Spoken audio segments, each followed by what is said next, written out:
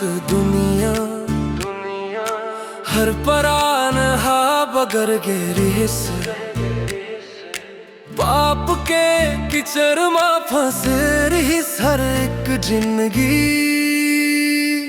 फिर ददा के हृदय मयाले भर गे ओह बेटा लपठाइस मनुष्य ल बचाए बर न कोनो जाति देखिस न कोनो भेद भावा हर मन खे के बर खोलिस अमरता के दुआरी।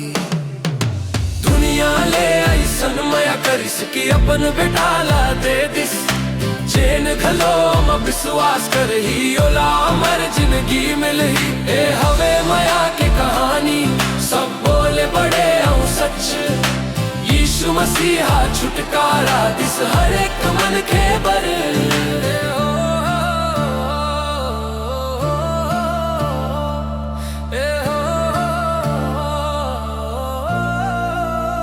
ओ कर बलिदान मा हवा हर पाप ले माफी ओ कर खून मा हवे जिंदगी के नवारत दा बस ना वो कर ला ले ले हृदय ले मान ले अंधियार ले निकर के अंजोर मा जाए फुकट के भेंट हवे कोनो कीमत नो है बस विश्वास चाहिए सच्ची लगन गलो।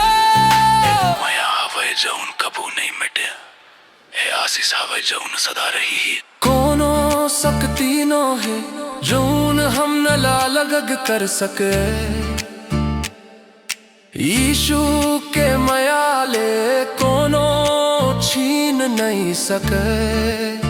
हाय हवे सच्चा मया जौन हम न लाजद करते स्थाई दुनिया ले ऐसन मया कर सकी अपन बेटा ला दे दिस चैन घलो म विश्वास कर ही ओला अमर जिंदगी मिलही। ए हवे मया के कहानी सब बोले बड़े हूँ सच यीशु मसीहा छुटकारा दिस हर एक मन के बर।